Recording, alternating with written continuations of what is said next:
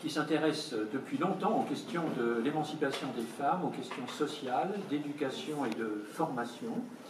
Elle est conseillère de Paris, élue du 17e arrondissement, en charge de la cohésion citoyenne et de l'égalité des chances.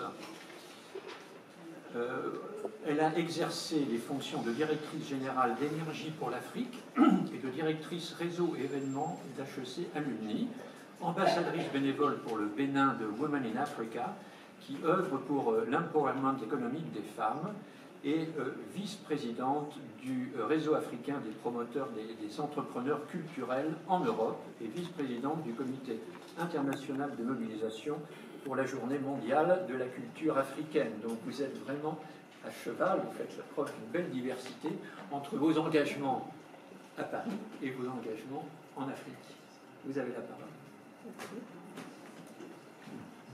Merci. Et d'ailleurs, je vais vous parler de mes deux amours, donc vous venez de le dire. Ma terre natale, mon continent d'origine, l'Afrique, et Paris, puisque la France est mon pays d'adoption. Mais avant ça, je voulais remercier Pascal Fressos de m'avoir invité.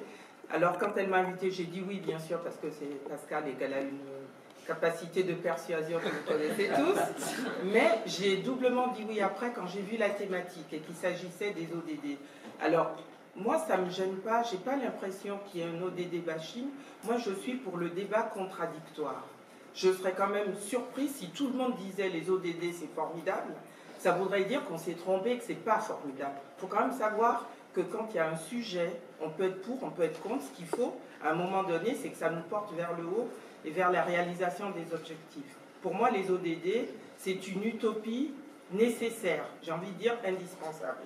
Alors, on parlait de l'individualisme, oui, ça permet à chacun, individuellement, de prendre des engagements et d'avoir un canevas. Et de ne pas prendre n'importe quel engagement pour aller dans n'importe quel sens. Donc, rien que pour ça, moi, j'y vois une utilité sociale et sociétale. Et pourquoi je vous dis que je vais vous parler de mes deux amours? L'Afrique, pourquoi? Parce que je me suis engagée depuis longtemps dans des actions culturelles, les droits des femmes, l'émancipation des femmes, pour que les femmes africaines deviennent vraiment des actrices de l'économie et ne soient pas toujours des associations de femmes qui font des trucs, de l'artisanat, qu'on soutient. C'est bien, j'ai rien contre l'artisanat, puisque je défends la culture. Mais enfin, les femmes sont des actrices de l'économie, du développement, peuvent être entrepreneurs, chercheurs dans des domaines scientifiques. Donc moi, je me bats pour que l'éducation soit au centre du débat aujourd'hui, notamment pour les femmes en Afrique. Donc l'Afrique, il y a 4-5 ans, avec Jean-Louis Borloo, on a lancé une initiative qui s'appelait Énergie pour l'Afrique. Énergie pour l'Afrique, c'était quoi? C'était de faire un plaidoyer qui coche finalement toutes les cases des ODD pour accélérer le processus d'électrification de l'Afrique.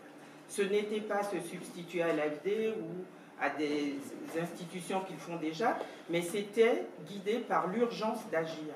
Parce qu'on se dit qu'en 2030, il va y avoir 2,5 milliards d'habitants, donc il va quand même falloir faire quelque chose.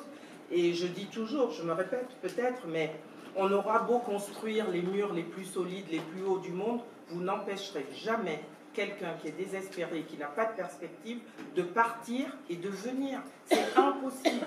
Et quel que soit, et là c'est la politique qui parle, quelle que soit la démagogie des partis politiques extrêmes, ils ne pourront rien faire contre ça. Ça, c'est une réalité.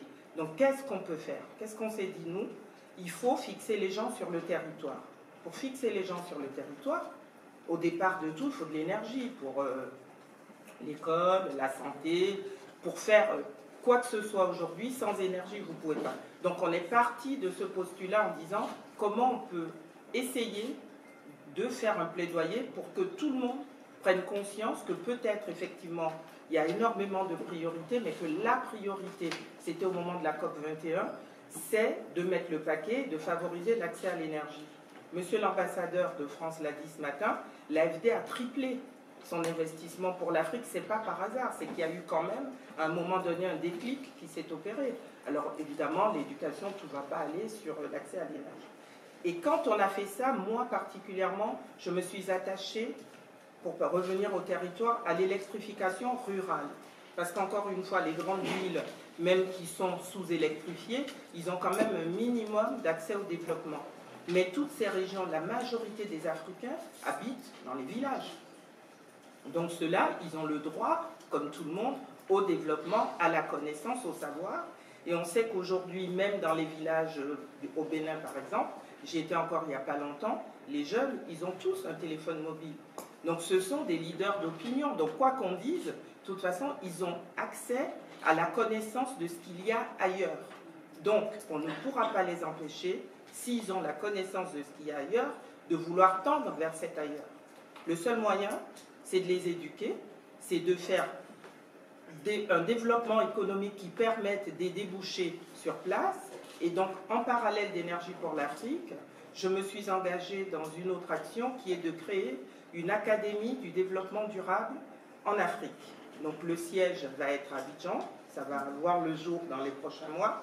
C'est quoi? C'est de former des techniciens supérieurs et des ingénieurs sur place. On s'est rendu compte que beaucoup d'États africains ont des grands projets, des projets de développement. Par exemple, au Bénin, c'est le projet d'action du gouvernement. Au Sénégal, ça va être le plan Sénégal émergent. Il y a des appels d'offres qui sortent, bon, mais on arrive toujours au même sujet. C'est qu'au moment de l'exécution du projet, on se rend compte que si la Chine gagne un contrat, ben, elle vient avec un charter de Chinois la plupart du temps pour exécuter les chantiers.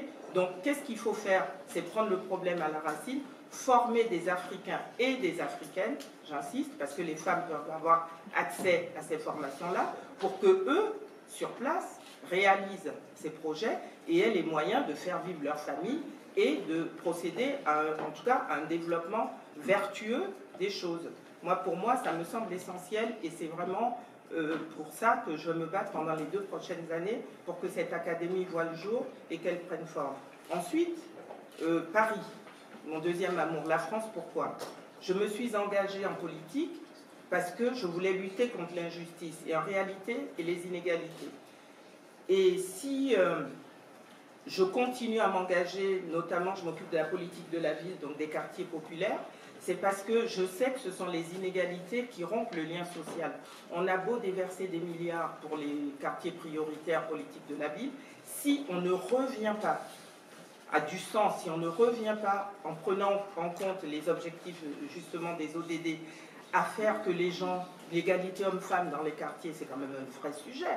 Et ce n'est pas parce que l'année 2019 est l'année de l'égalité homme-femme que ça a résolu les problèmes. On a peut-être mis le focus sur un sujet dont personne ne parlait, mais c'est une réalité. L'accès à l'école, à l'éducation, c'est une réalité dans les quartiers populaires. Moi, je suis allée visiter une école il n'y a pas longtemps, conseil d'école. Je me suis dit, je vais arriver plus tôt pour faire la sortie de l'école. Bon, c'est pas politiquement correct ce que je vais dire. Je suis arrivée plus tôt, j'ai fait la sortie de l'école. Je suis désolée, dans le 17e arrondissement de Paris, il n'y avait que des Noirs et des Arabes dans cette école. C'est ça la France qu'on veut? C'est ça la mixité sociale et fonctionnelle qu'on veut? Moi, je dis non. Je dis qu'il y a un problème. Il faut que les gens aient envie de vivre ensemble.